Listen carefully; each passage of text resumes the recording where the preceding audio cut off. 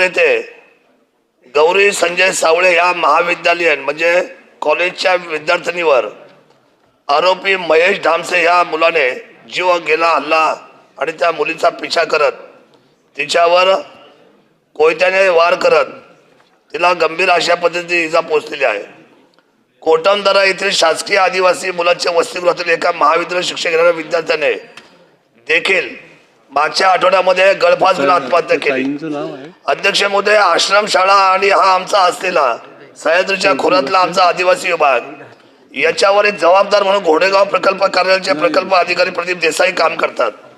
त्यांच्या विरोधात वारंवार तक्रारी आल्या असून याच्यावर कारवाई होत नाही।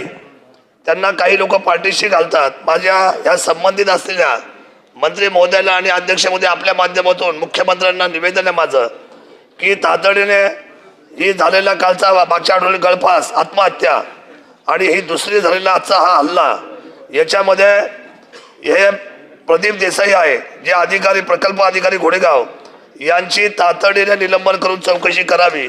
अध्यक्ष महोदय, हा गंभीर फोटो मी सभागृहाच्या समोर दाखवतो।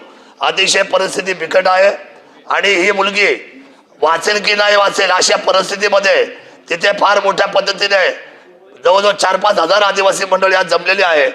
याचं उत्तर याचा रिप्लाय तातडीने आजच्या अधिवेशनाच्या कालखंडामध्ये अध्यक्ष महोदयाची नोंद घेऊन या अधिकाऱ्यावर तातडीने कारवाई करावी अशी विनंती मी सभागृहाला करतो। धन्यवाद। जय शिवराय। शासनाने नोंद घ्यावी। सोनवणे यांनी जी बाब या ठिकाणी नमूद केली यावर सर्व माहिती घेऊन सभागृहाला ती याची इतंभूत कथा कळवली जाईल।